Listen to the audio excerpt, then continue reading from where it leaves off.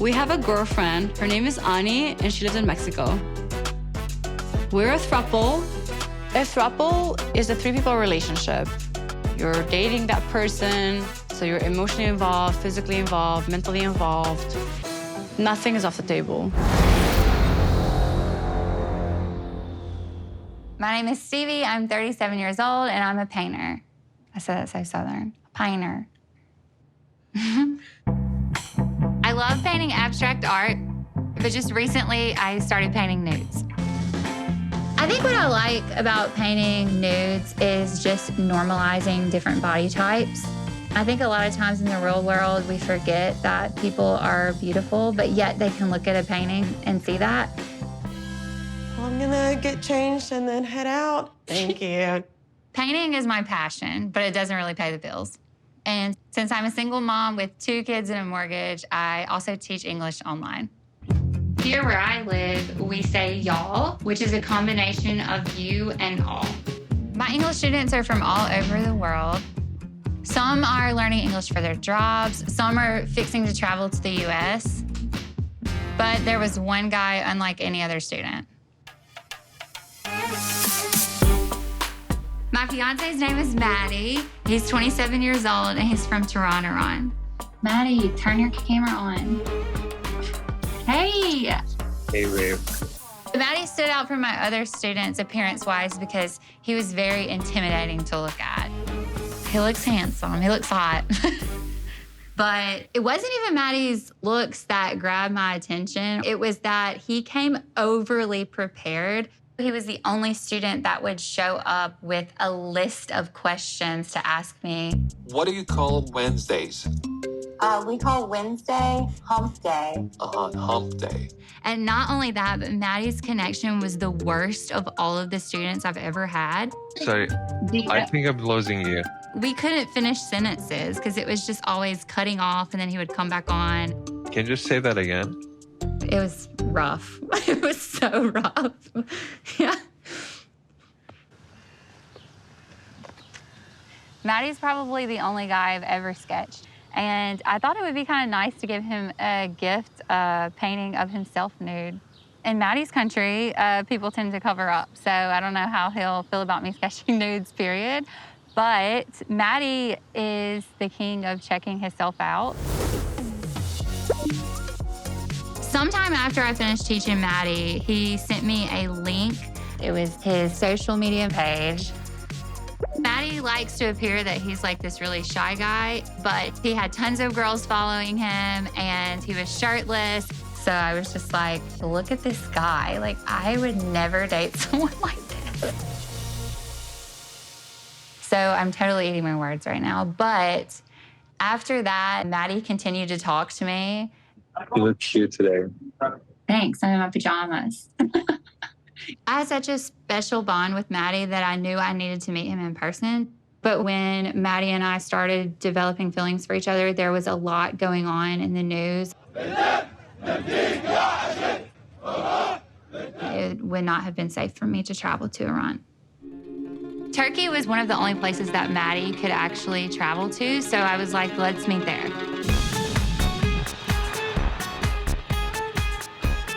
Maddie lives in a country where you can't, like, physically hug in public and things like that. But our physical connection was magnetic the minute that we were alone. After only physically being together for 1 week, Maddie proposed to me. Maddie just handed me the ring, and he was like, I want to spend the rest of my life with you. And I was just kind of like, I want this too, even though this is crazy. And after 1 year of waiting, Maddie's visa is finally approved. Right now, I am super excited, but also trying to prepare myself that it may not work. I'm gonna ask him like how the news is today because I don't know, I haven't checked it. So Maddie wasn't expected to come here for a few weeks, but Iran's making a lot of headlines right now and they don't get along with our country or other countries. Waiting for this visa has been one of the most stressful 12 months of my life. I think anybody that's in a long-distance relationship has to deal with a lot of difficulties, but we also have added stress because our two countries don't like one another. Maddie and I are not able to exchange gifts. We're not able to send mail. And also, Maddie's country is constantly banning connections with our country. Literally, Maddie and I just want to be together, but we know at any moment a war could start and we could lose that opportunity forever.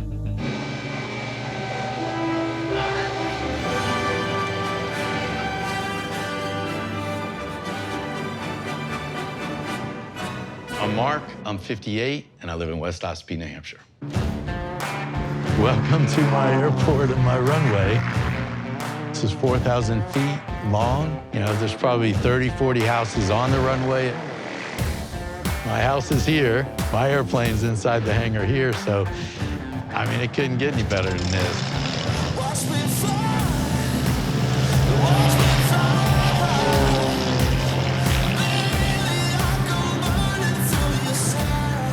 Time's coming up. We're clear of trees. Beautiful weather. Didn't ask for anything more. For work, I fly privately owned jets. I've flown celebrities, athletes, ex-presidents. I can't say any specific names because it's private.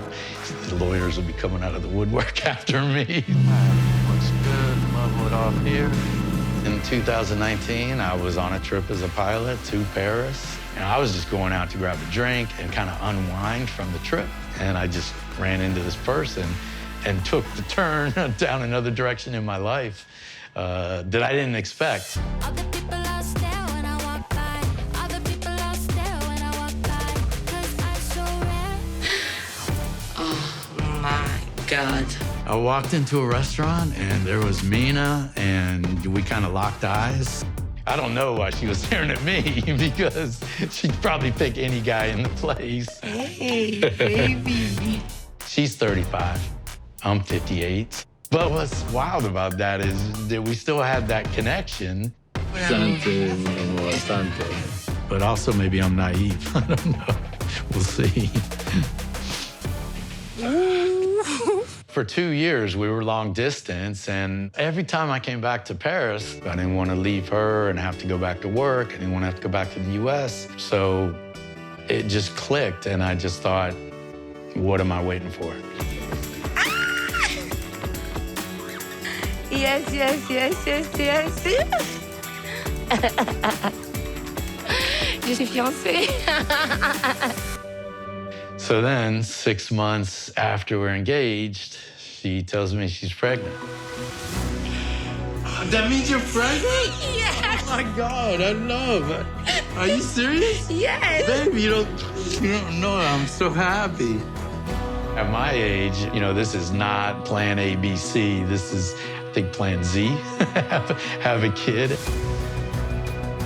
My daughter, Maria, unfortunately, not unfortunately, it's a cool place to be born. She was born in Paris.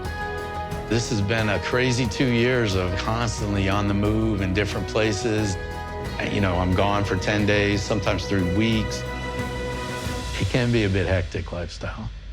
How you doing? How are you? I'm good. I'd say most of my friends and family are skeptical of my relationship with Mina. You know, is she just coming to the U.S. to get a green card, or is she having a baby to kind of, you know, solidify things and make sure I'm not going anywhere? I'm gonna see if I can hit the guy in the car. I don't think so, but you know, you never know everyone's intentions 100%. My brother and I went to Paris to meet Mina and for Maria, the baby's baptism. There was a cocktail hour, there was a catered dinner, multiple open bars. It was very over the top for a baptism party. And Mina was about 3 hours, 4 hours late to the party and kind of left my whole family there while she was getting glammed up. It didn't feel like my family being there was much of a priority to her. So I kind of left Paris feeling that maybe she could be taking advantage of him, could be going after his money, could just be trying to come to the US. I really don't know. When we were in Paris, it didn't really feel like me and Jack were like as much of a priority. Was it what I did, or Because of me and Mina, the baby? The last night that we were all there, we all went out to dinner Right. as a family, and she didn't come. You know, it was kind of a, not to make an excuse, a hectic weekend, but I appreciate you telling me that because I don't want you to feel like that when they come to the U.S. I feel like if she really wanted to be involved, she would want to develop these relationships with your family. Honestly, it really surprises me because I thought everyone had a great time. And looks like she's been holding on to this walk. She didn't tell me about it after that weekend, but my future wife and my daughter have to get along. And if they don't, that's gonna be a huge problem going forward because they're both a huge part of my life. And my daughter has been a part of my life for 27 years, and that's never gonna change. Your feelings and concerns way big on me. It's hard to hear and talk about a little bit because I thought everything was good in Paris, and I wish maybe it would have gone different. I don't know her, and I don't know her intentions. I just think he doesn't really see what everyone else sees. And I don't think he sees the potential that this could cause if it doesn't go right. You know, I know you had concerns the first time, you know, with us having a baby, and we're thinking about having another baby.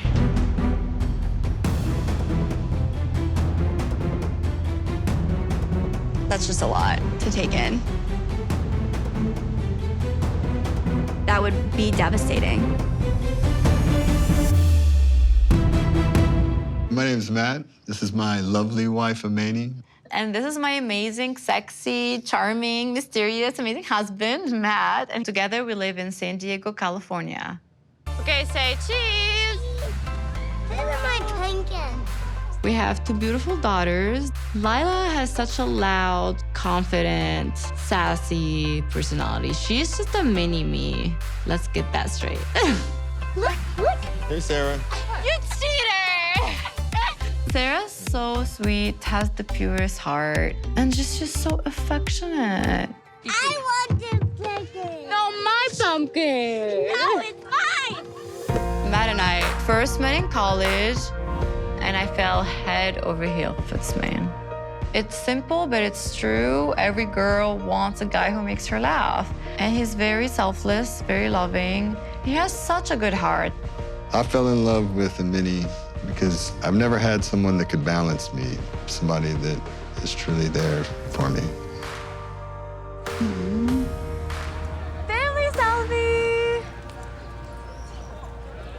I love being married to Matt. He's amazing. I love being a mom.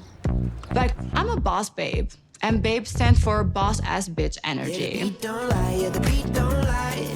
Oh, mama, yeah, the beat don't lie. I grew up in Tunisia.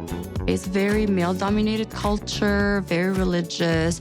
As a female, I can only be like a teacher or a stay-at-home wife. And I was very ambitious, so I was 18 years old when I left my country to have a better life for myself and my family. Today, I work in the tech industry, so I spend a lot of time finding deals, growing deals, and especially my favorite part, closing the deals. Come, let's brush your hair. And brush your hair. If there was a relationship where opposites attract, it would be me and Amani. Amani is a very strong person. I'm a very, supportive person. I got the grumpus. Hi, Mommy, you look so cute. Can I get a hug? It took us a long time to appreciate the differences, but now that we do, we make a very strong partnership. Oh, hi, Mommy. We do all the typical family things, but there is one aspect of our life that is slightly less typical.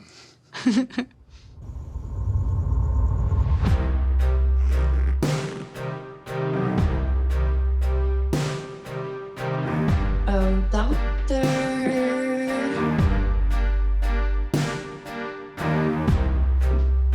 Here's Emily's here. You know, doctor, I've been a really bad nurse. Can you feel my heart? It's beating so fast. Very fast. I am hot. I don't know for what, but I need help, please. Who's that? Our patient has arrived. Oh, hello. Who is this one? We have a girlfriend. Her name is Ani, and she lives in Mexico. We're a throuple. A throuple is a three-people relationship. You're dating that person, so you're emotionally involved, physically involved, mentally involved.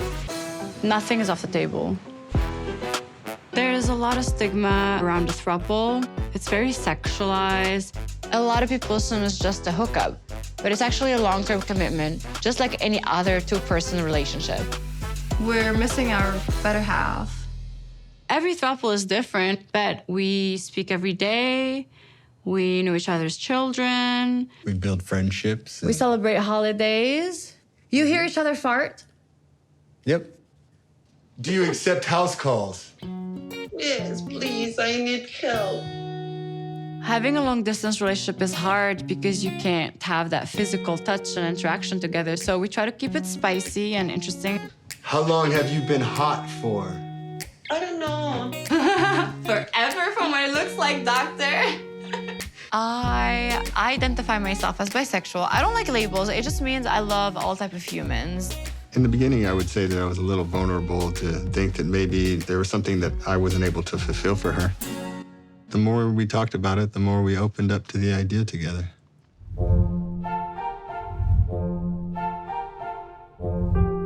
Matt and I have been in a relationship with Ani for almost a year now. We met in Mexico at a club. We had a lot of fun, a lot of drinks, and we ended up going back to the hotel together and just continuing to get to know each other. Like, really, it was like, this isn't just some hookup. It was like... Feelings started to develop really quick.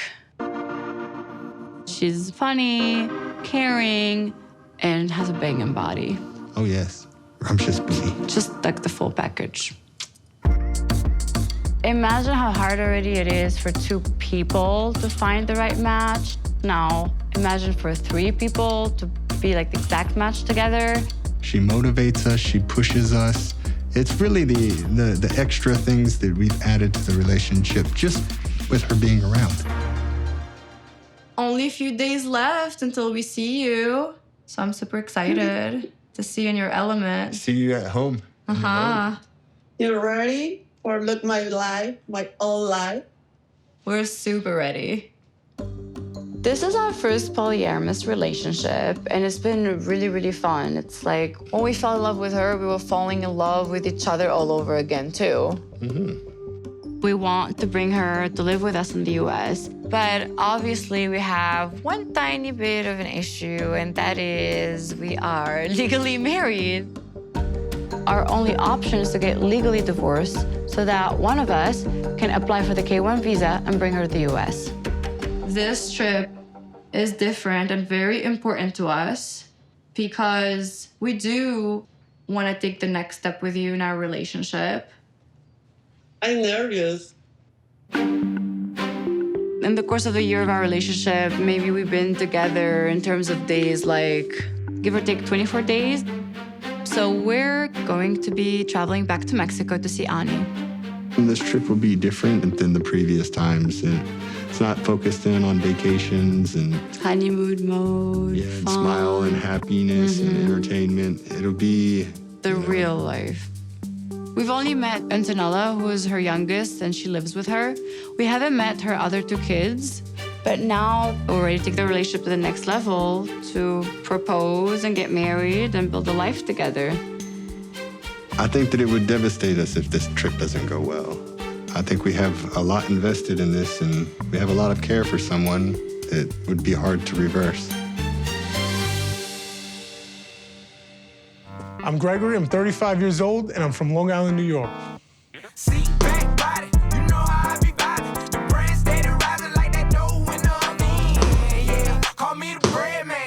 People really love this, you know, the slapping. People actually pay me extra to slap their dough a little bit more, you know, spank their bread a little bit more, you know what I'm saying? I discovered my passion for baking. I'd say it started when I was a little kid, you know. My mom was always big into cooking and something I always enjoyed. Just always enjoyed watching her. I enjoyed eating it, you know. I always enjoyed eating everything. Yeah. I come from a very Italian, like American background, so everything we do is just based around food. We got the grill master over here. There'll be chicken cutlet parmesan. There'll be a baked ziti plate, but then all of a sudden there's like, oh yeah, I ordered a pizza. She's making Swedish meatballs. I'm making Italian-style meatballs. You know what I'm saying? Meatballs. So it's kind of like this vicious cycle of eating and cooking and eating and cooking and eating and cooking, which, you know, perpetually came onto me as I got older. Oh my God. I used to be like 480 pounds. It's insane. I couldn't even tie my shoes at one point. It was so bad. And seeing that every day finally just pushed me to the point where I wanted to lose weight and just get rid of this and feel better. Between 2017 and 2019, I ended up losing around 200 pounds. Losing weight actually inspired me to just, you know, redefine myself and figure out who I was.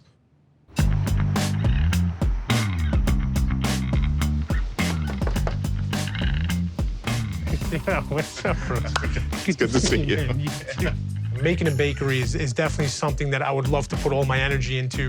I got your bread here, so... Oh, I love your bread. Thank you so much. No problem. How's it going? That is awesome. But my work ethic can be a little laxed sometimes, right? Call it ADHD or just call it being lazy. I don't know. But there's a lot of times where I'll start a project and I don't necessarily finish it. Bread time. Yeah. But as far as a bakery goes, I need to just continue and I need to push through this because my entire life is about to just be turned upside down. It's not just going to be me anymore. It's going to be we. I feel like it's gonna be a good day. I feel good.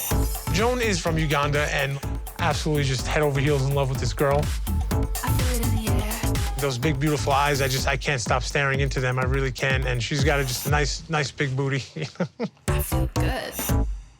So I met Joan because I actually fell asleep on a gentleman's shoulder on an airplane, and he turned out to be from Uganda, East Africa. He owns a safari company. And after talking to him for 6.5 hours straight, he actually ended up inviting me to Uganda. I checked into the guest house and I saw Joan within my first hour and a half of being there in Uganda. See you. We chatted very, very little bit. I did tell her about my weight loss journey. A year and a half later, I still was thinking about her. Like, damn, I let that girl get away, you know, and still to this day, I'm not sure how she found me on social media. I just remember all of a sudden, boom, it was just like, bling, got this friend request, and I could not believe it. I was like, oh my God, like, you know, this is that girl. That was it. That was just takeoff from there, you know. I ended up going back to Uganda, and I proposed to her on her birthday.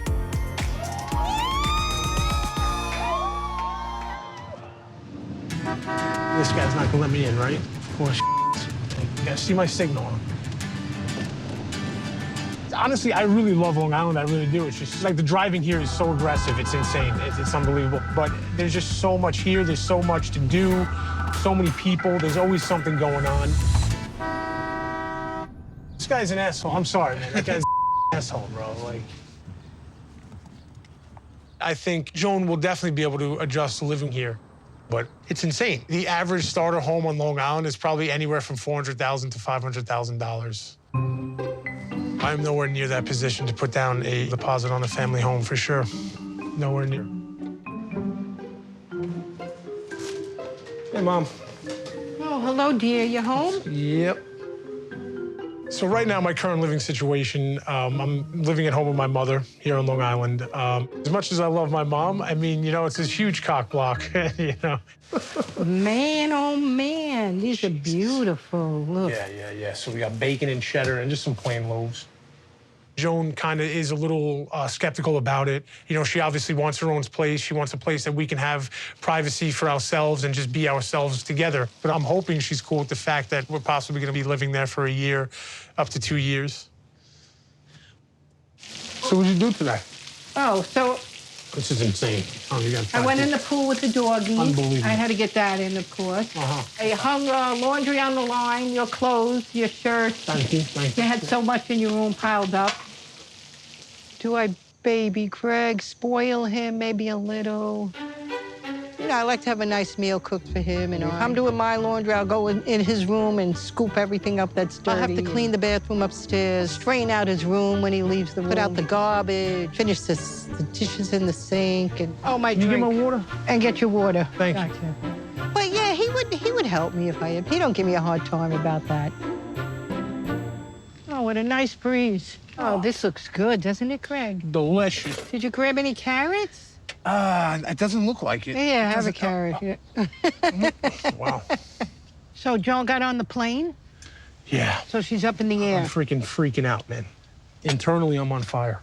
What is your thoughts on all this? Like, how do you feel about everything, Mom? It'll be nice. It'll be exciting. You know, I'd like to observe how she treats you, too, you know, as a person and how she talks to you. Yeah. Yeah, it's important, Yeah, guard dog. you know? Gregory can be a little naive when it comes to relationships. My fear is that him being taken advantage of because he's very generous and caring, trusting. You know, you've been alone up there the whole time, and now all of a sudden you have a woman in your room with you. And sometimes it might make me a little uncomfortable, you know? Okay. Having sex, being intimate, right? Is that what you're worried about? Things like that? All right. Just to throw it out there, you know? Yeah, it's an uncomfortable you know? topic, right? It is. It's an uncomfortable Yeah, topic. that's all I'm saying. You know, I don't want to hear what goes on, you know, sexually. Would you consider a separate rooms? I mean, a separate room. I mean, Yeah. until when? Until we get married is what you're saying? Or until, like, I don't Yeah, understand. till you tie the knot. We have 90 days. Yes. So, like, having her in a separate room for what? I don't know, 60 days, 50 days. I mean, I really don't see a difference. I don't see... Well, you know, be respectful. I mean, that's what I've been brought up that way, too. I mean, which room is she gonna live in? Listen, we have a futon on one end of the wall. I can't do that to her. That's not right. We've waited, 7 months almost to be together again and for her to come here and to sleep in a separate room. It's crazy, But at the same time, we're not necessarily paying rent, so when she asked me to do something like this, I have to take it very serious. I'm gonna marry this woman. She's gonna be my wife. You know what I'm saying? Sleep in the same bedroom and the same bed at night is part of the whole part of being together. Knowing Joan, I think it's gonna be a little bit of a tough conversation, but if Mom and Joan don't get along and things become very toxic between the two of them, I would definitely have to just double down and find a place, but it would pretty much drain the bank account almost immediately. That's something I'm not a little nervous. It's kind of got me shaking in my boots a little bit here,